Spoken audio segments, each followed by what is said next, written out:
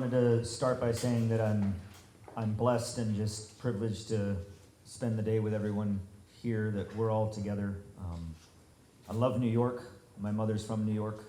My family on my mother's side is from New York. My uncle, whom I'm named after, served a career in the New York State Troopers, died on duty. I went to school in New York. So I love New York, and being right here today, here in this, this grassroots gym where a man took a dream to help other people, and we're getting to share this space. Earlier today, Josie and I went to Mass at St. Anthony de Padua, which was great, and spoke with the Nuns of the Covenant, who are the group from Mother Teresa's Covenant, and it's just been a great day. But this is America. America is not ballrooms and galas in Florida and private airplanes flying across the country to go visit ICE agents. That's not America. This is America. And this is why it's so important to me to speak out, because this is the America that I love. They're asking if you can stand. I'm going to stand? Okay. But this is the America that I love and that I sacrificed for 25 years in uniform. Give you just a quick backstory on May before I share not only what I saw in Gaza, but how that has concerned me for further what I see here in our own country. And that, I served in the Army for 25 years. I joined when I was 17. I wasn't even old enough to vote yet when I joined. And throughout my entire military career, it was so important to me to remain apolitical, because as an officer, we're called upon that I never voted. The first time I'll vote in a presidential election will be in 2028, and I do not intend to vote for Trump's third term. I mean, the guy's got hats already. In my time in service,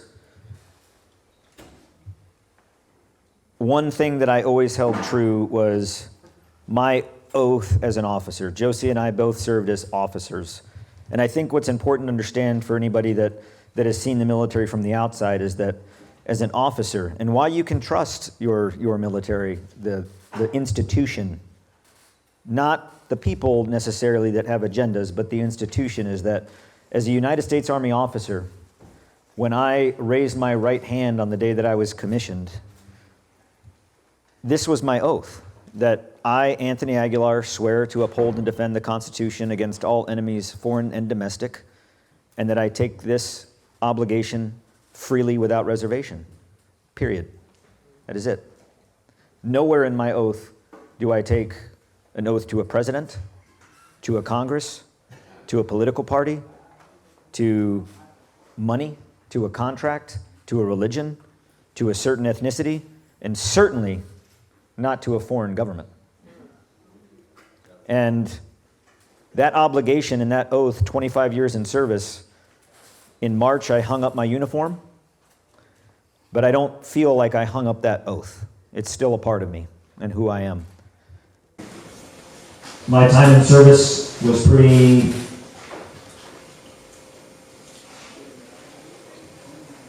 hard. Spent a lot of time away. Missed the birth of my child, missed his first birthday, missed almost every wedding anniversary, every Christmas. Deployed a lot in fighting in wars that now at this point in my life I start to question. And I was a Green Beret, so I saw quite a bit. Didn't prepare me for what I saw in Gaza, but saw quite a bit. And very recently, I was in Detroit at a conference. Where did he go? He was there. We were at a restaurant. I think Morgan and Josie were there too. And this young girl came up to me and asked me, she said, "Are you the one that's been speaking out about what you saw in Gaza?" I was like, "Yes." And I thought she was going to say thank you. And she said, "You were in the Army, right?" I was like, "Yeah." She was like, "Do you live under a rock?" I was like, "Okay." And I thought about that, and it's like, yeah, U.S. policy around the desert for 25 years without an objective or a true political end state. Why? Because the rich get richer. And that is exactly what it's about. That may be a cynical way of looking at things, but I've seen it. I went through every corner of Iraq. How many weapons of mass destruction did I find? 0. Not even a hint. I mean, I didn't even find weapons of like minimal destruction. In Afghanistan, I told this once to someone and I laughed telling it because it was so ridiculous to even myself. But I flew into Afghanistan in a mission in Aruskan, which is in the north in the foothills of the Hindu Kush, which are the beginning mountains of what eventually takes you to the Himalayas. And we were conducting the new strategy at the time. Remember, we changed our strategy in Afghanistan every year. It wasn't a 20-year war, it was a 20-year campaign with every year being a different war, which is why we left in shame. I was on that last aircraft that left Afghanistan, and I looked as we flew away, and I thought to myself, we need new leaders in our country.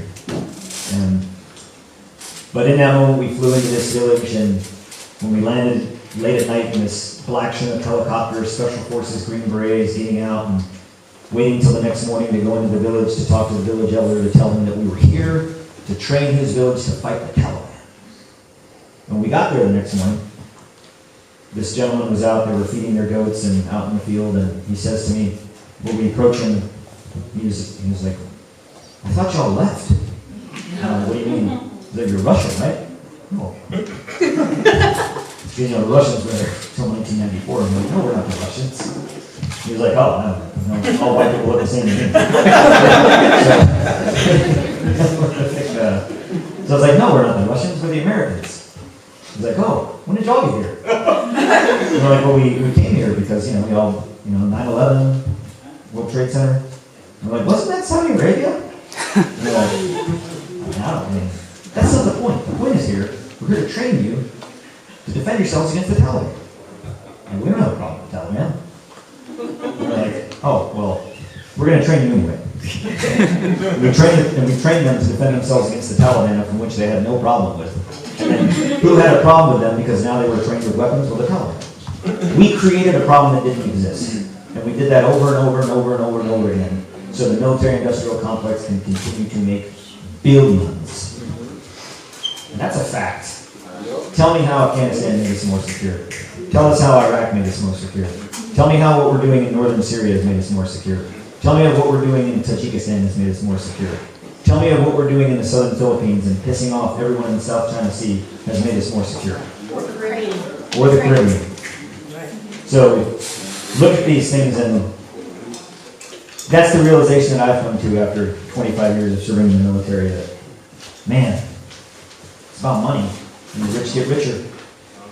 And when I look at here in America, us, juxtaposed to that of what I saw in Gaza, and what this election, what Jose's position means to me, and why it matters to me, is that what is happening in Gaza is not only beginning to happen here, it will get worse here. What we're doing in Gaza, think about it. And I know the occupied Palestinian territories and what is happening in Gaza, in the West Bank, is not the only place we're seeing this in the world. Trust me, I know that. Sudan, the Congo, Western Sahara, Yemen, Somalia. Yes, I know that. What I saw in Gaza, I witnessed with my own eyes. So I can tell you that you can hear it from me and know that what I'm telling you is true. Israel is not an ally. The United States State Department does not categorize Israel as an ally. They're a close partner. Yet, we give them billions.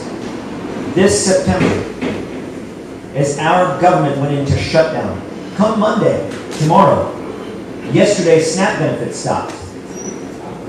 That's huge. Who do SNAP benefits serve? Also associated to WIC? They feed children. Americans. Americans. That feeds Americans and American children. And anybody that says, well, those programs are for those in welfare and they should go get a job. Well, you know what? Because the price of food has been raised to the point where the average American can't even buy eggs. Those things are needed. And yet our government, who, mind you, they all still get paid, shut down for the weekend to go to Kennebunkport or to their mansion in Florida,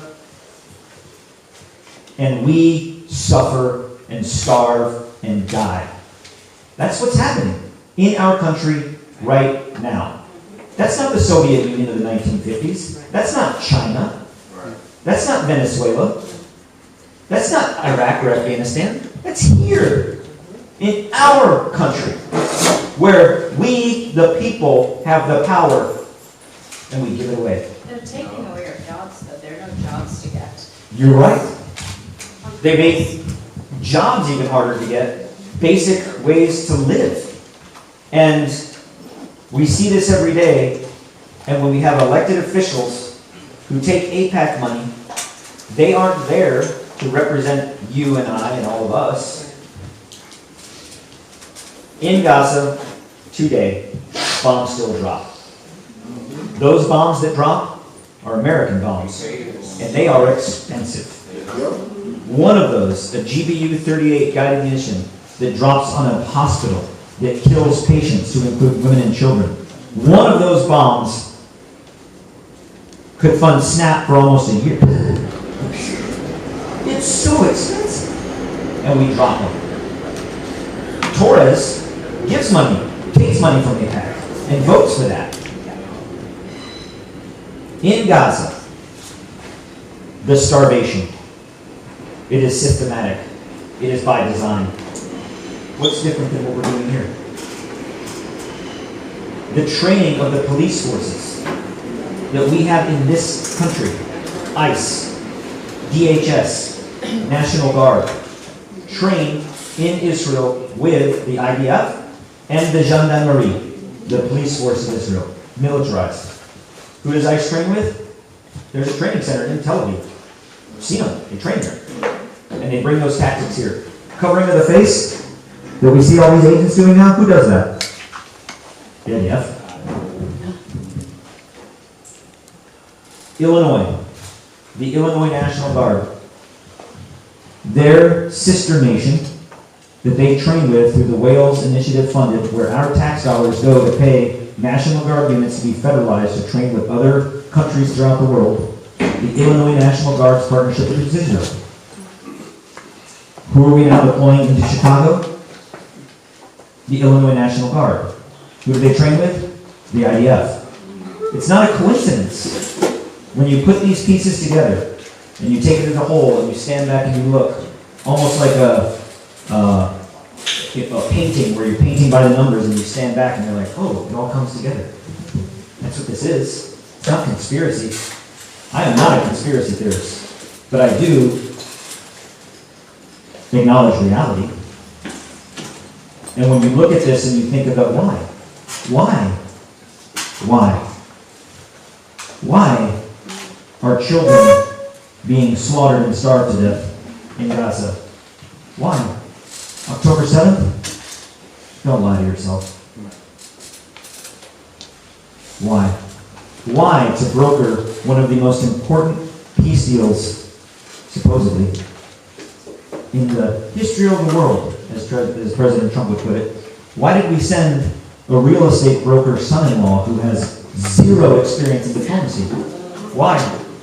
Because we're not there to broker deals. We're there to gerrymander Gaza. What has our administration said? All they have to do is leave and we'd be happy. Really? Really? When has the people ever accepted that? It's about real estate. Today, right now, you can read it in today's paper. A new firm has been hired to start the surveys, to start pumping gas off the coast of Gaza. Why? Because along the Mediterranean, in that area, right there in that beautiful little pocket of earth, there's oil beneath that sand. And there's a lot of it. And it's accessible.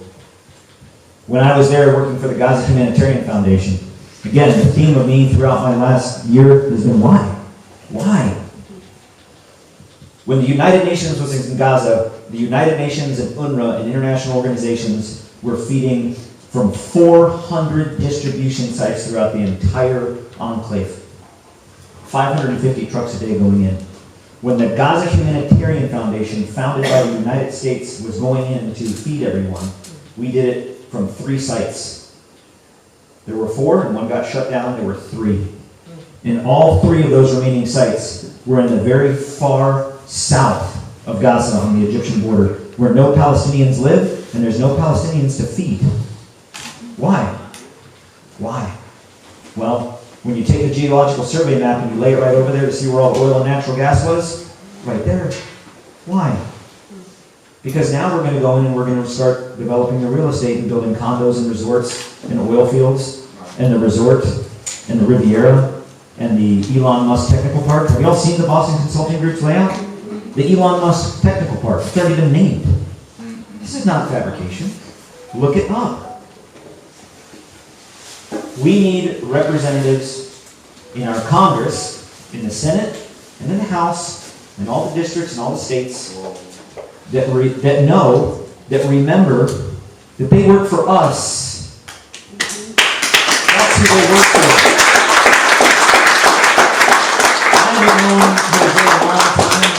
We're not old college buddies that, went to Tufts University and went to fraternity together, and, he's got dirt on me, so he's like, hey, Tony, support me in my campaign. I recently met him. But he's a man that knows that he works for you. Not a man that takes money from a foreign government. Why? How much money is enough money? How much? Billions? Trillions? How much is enough? The answer is, for those that need it, or those that want it that much, it'll never be enough. It will never be enough until we are all in chains. And if you think that it's a matter of white, black, Hispanic, Asian, Christian, Muslim, Jew, Hindu, young, old, male or female, it's not about that.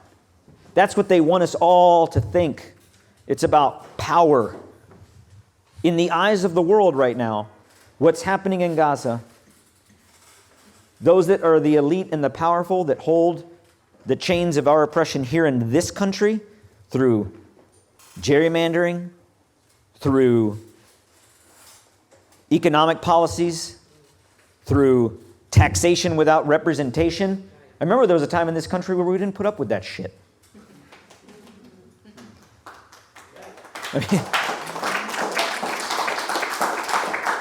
And yet here we are, before Josie and I got arrested in Congress on September 3rd. And I'll tell you, that's one of the proudest days of my life, and I'll tell you why. It is. It's one of the proudest days of my life. The night before, I took a little walk over to Jefferson Memorial under the obelisk, and I just stood there in the dark and I looked. I thought to myself, what would you think, Jefferson? I'll tell you, he would not be happy. He'd be like, what are y'all doing? God. He'd be rolling over in his grave. He'd demand a revolution. And when we walked into Congress that day, it was a series of actions before that. We didn't just willy-nilly hey, what are you doing today? Oh, not much. Let's go mess with Congress. We had a plan. And for weeks, in fact, when I first returned home with Human Rights Watch had gone to Congress, Doctors Against Genocide, many a day spent talking with Congress and other organizations and looking our lawmakers in the face, bicameral, bipartisan, looking them in the face. This is what's happening in Gaza with our money. And you know what they all said to me? Not one of them said, oh my God. Not one. You know what they all said? We know. I kid you not. hand to God, we know. Oh, really? You know? And you had 3 categories. Those that are trying to break through to do something. There are some. Those that say things like, oh, it's complicated. Oh, a lot to go. It's not complicated. It's not complicated. And then you have those that say, we know, and oh, are we behind it? Because it's the right thing to do. And all those that go and say it's the right thing to do, and it got to the point with going with Doctors Against Genocide that I could walk into an office and based on how they responded to a simple question, can we all agree to put everything over here on this table, and can we just all agree as a human species that murdering and starving children is wrong? Can we just agree to that? And based on the answer to that question alone, I could tell you who takes money from AIPAC. Because they're told to say that. You can see it in their eyes. When you show them a picture of a father holding their starving child that died. Look at this. And they say, oh, it's complicated. This is not complicated. You're corrupt. You're compromised. You're complicated, not this. Do not put your problems on us. Do not put your weakness and your compromise on us, the American people.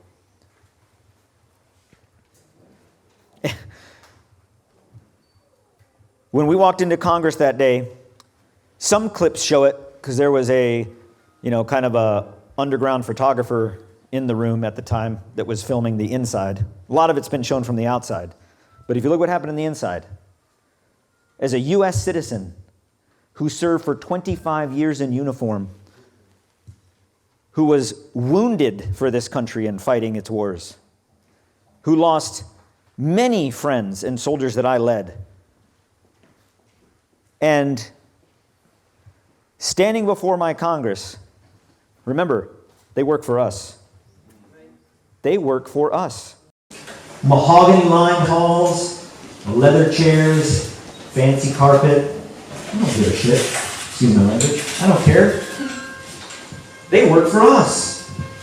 And when I stood in there, after Senator Risch, one of the largest recipients of AIPAC money, who decides our Senate Foreign Affairs Committee on who gets money. Isn't that interesting? Someone that receives money from a foreign government is the one that gets to decide what foreign government gets our money? Really? Come on. My 8-year-old can look at that and say that's wrong. In fact, he has. He's like, that's messed up. Because he asked, he's like, Dad, why'd you get arrested? I don't have to do my homework tonight. You got arrested. I'm doing homework. But when you look at that, so we went and I stood up. After it was turned over to the floor with the witness, you can see it in the video of me standing up and then the witness, she pushes the little button. Oh my God, such an inconvenience to practice democracy. But I stood up and I simply held up a copy of the Constitution. And I said, the United States is complicit in a genocide and you are violating your oath to the Constitution. That oath that I just shared with you earlier is the same oath Congress takes. All officers in the government, whether they're military or Congress, take the same oath. They don't take an oath to a party. They don't take an oath to the president. They don't take an oath to their committee. They take an oath to the Constitution and to the Constitution only, period, end of story. And if they aren't supporting that Constitution from enemies, foreign and domestic, there's a reason our founders put that in there, because it can happen. And if you think that what's happening there in Gaza is one microcosm of what we see in the world, oh, it's coming here. It's here already. Palantir, gerrymandering, cameras, registrations, every bit of which they do to us, because they think one of 3 things. Some of them think it's all 3. That we won't do anything. We're not going to do anything. Or they think that we're stupid. We don't know better. Let them eat cake. Or we know better. We might do something about it, but they've got all the power. And I'm here to tell you, we have the power. We have the power through our votes. We have the power through our election process. Don't think that those processes are dead. They're not. They're not. We just haven't fought for it enough. We haven't. We haven't. When I first met Jose and he talked to me about his position, his platform, we drove around the Bronx. He drove me around. I did. And as I went, we drove around the Bronx and visited in places. I couldn't help but think of my own neighborhood that I grew up in southern South Texas, in a largely predominant Hispanic community. One more thing about some of these congressmen that I think just is absurd that you should know. I spoke with one, and they said to me, well, don't you have concerns about your position in speaking out because should you be here? And I'm like, what do you mean, should I be here? I was like, in your office? They're like, in this country? And I'm like, I was like, what does that even mean? I was like, what are you talking about? They're like, well, our staff looked into it and you're Hispanic. And I'm like, first of all, correction, I'm Mexican. Second of all, you needed research for that? I was like, my last name's got like 4 vowels in it. It's pretty easy to make that connection. Like, that's not hard. Like, what do you mean you researched that? I was like, do you pay somebody for that? And I was like, but yeah, I am Mexican. I was born here, and I served in this country for 25 years in uniform. And I was like, I looked up your resume, and you haven't done jack for this country except serve in Congress. And you're not even good at that. Second, my parents were born here, both of them. My grandparents were born here, both of them. My great-grandparents were born, and my grandparents on my father's side live in the same piece of land that was part of Mexico before Texas was bought. And they didn't move, and they just stayed. I was like, my family's native. I was like, what are you talking about? I'm not supposed to be here. And I was like, do you really believe that? I was like, you're more of an immigrant than I am. Like, you're 2 generations removed from not even living here. What are you talking about? It's ignorance, and they expect us all to be stupid. Yep. And we can't put up with it anymore. I'm telling you, right now, 2025, 2 months away from going into 2026, we cannot wait any longer. Tomorrow is too late. Right. If you think that things are going to get better without our action, think again. Think again. Because just look in the last month. The milk in my refrigerator has lasted longer than the ceasefire. If it ever was one. And I drink whole milk. That shit expires quick.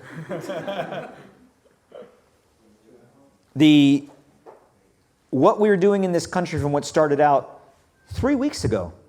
3 weeks ago as, it's just one little boat off the coast of, just one. Now we're up to 14 with 58 killed.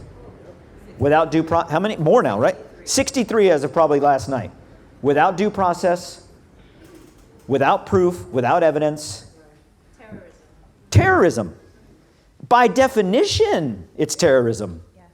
By definition. And now we're exporting it to the Pacific coast. We're doing that now too. Now our president is talking about hitting land targets in Venezuela. This is real. Just yesterday, our president has now said we're going to send military occupation forces into Nigeria. How? Our government shut down. Who's going to authorize that? Him? We have to wake up. I'll tell you this too. America first, security and freedom. Think again. The most advanced aircraft carrier in the world belongs to the 7th Fleet. Deployed to the Pacific. Because our government has said time and time and time again that China is our biggest threat. Okay. So we have kept the world's most advanced aircraft carrier at sea, 365, 24/7. When that crew gets rotated out, they get tender ships in and out. That aircraft carrier stays. It's that important. What happened last week? Anybody know what we did with that aircraft carrier? The president, by authorization of his own pen through Pentagon Pete, who's an idiot, moved that aircraft carrier from the Pacific. Where did they move it? To the Caribbean. Look it up. Our most advanced aircraft carrier in the world, protecting our most dangerous enemy, supposedly, moved to the Caribbean. Why? Think about it, people. It's coming. War. And who's going to fight in that war? Donald Jr.? Barron? J.D. Vance? Weirdo? No. Who's going to fight in that war? Not Richie Torres. Do you think Israel's going to fight in that war? Do you think Israel's going to fight in that war? I have fought war for the last quarter century, and every place that I have been in uniform, standing next to me at any given time was a NATO coalition partner, a UN partner, Muslim Arab nations. You know who's never been standing next to me in any of these battles we fought? Israel. Never. Not once. And you know what they say? Oh, we have a defense force, not an army. Okay. Well, then you shouldn't be going into international waters seizing flotilla ships then. Because that's not a defense force. It's a lie. And we have to wake up. We have to vote. We have to put people in office like Jose who remember that they work for us, who want to represent us, not people that want to make themselves rich. Period. Anybody that takes their congressional photo with a haircut that costs more than a mortgage is not the person you want in Congress. Period. We have to make a change. We have to do it now. This crosses all lines of who we are. I'll tell you right now. My mother's Jewish. My father's Catholic. I'm a deacon in a Presbyterian church. I'm Hispanic. My mother's white. My father is from like Mexican from the day, like it was Mexico before it became Texas. And here I am, standing with Gaza, standing with Palestinians. Why? Because one, I believe in humanity. Two, that is coming here. It is coming here. Believe me when I say it. I have seen it around the world. I have seen wars start. I have seen wars end. I have seen wars start and not end. I have seen new wars start, and God knows where they're going to end up. Who knows? And right now on the brink of it, we are at the cusp. We are one fart away from invading Venezuela. We are one Christian killed from going into Nigeria. Do you think Donald Trump cares who's a Christian and or not? No, it's money. And when are we going to wake up to that? This generation of leadership needs to change. It needs to start here in every district across America. And you got to get out there and vote. We have to. Sometimes people are like, what is it? Should we violence? I'm like, whoa. Like, that's on the spectrum of options, right? I was like, but let's start with just doing the bare minimum. Let's start with voting. Let's start with protesting and voting and showing up at the polls and demanding a change. Like that, we might need that, but let's just start here. We've got termites. Let's blow up the house. Well, no, let's start with some treatment first. So let's start with exercising our civil rights. That's what we need to do. And I tell you, man, that could make a difference. I was in Lincoln Memorial and I was standing right there, inscribed on the top step, I have a dream. And when that speech was given on that day from that position, and you look at Martin Luther King Jr. speaking to the nation, can you imagine if when he gave that speech there was like 4 people there? No, millions. It takes all of us. For one Starbucks coffee, stop drinking Starbucks for a month, save that money and get a bus ticket and go to DC. It's worth it. Whatever it takes. I go to DC and I sleep in my truck. Sometimes. Sometimes if people are we pull together like an Airbnb and sleep on couches and sleep on the floor, but most of the time I'll just drive there and sleep in my truck. Me too. Yeah, we'll just let's go. We're going to protest? I'm in. Who are we protesting? Got it. Ready. Let's do it. Exercising our civil rights. 1, it's a good thing to do. 2, it's the right thing to do. And 3, it's the only way we're going to keep our republic. Benjamin Franklin said it best, and I think we ought to remember it. when he walked out of Independence Hall in Pennsylvania, and the woman asked on the side of on the sidewalk, "What's been decided?" Because they were signing the Declaration. "A republic, if you can keep it." Who keeps it? We do. Now's the time. I'm telling you, this is a watershed moment in our country. We have a president who's talking about a third term. I don't care if it's a joke or not. That's dangerous. We have an administration talking about turning on its own people. When the president brought all the generals to Quantico, so Pentagon Pete, who, he's the example of a leader, talked to all of the generals and admirals of the military and said, "You should look to doing some training in the cities of our country." That's the commander-in-chief saying that. That's dangerous. We have the power. It starts in places just like this. This is where it starts. Not in some fancy boardroom in DC, not in some think tank in New York City. It starts here with us and putting people like Jose into office that remember that they work for us and they serve the people, and they're not going to take money from a foreign government. And if Jose ever takes money from a foreign government, I will haunt him in his dreams. I can do that.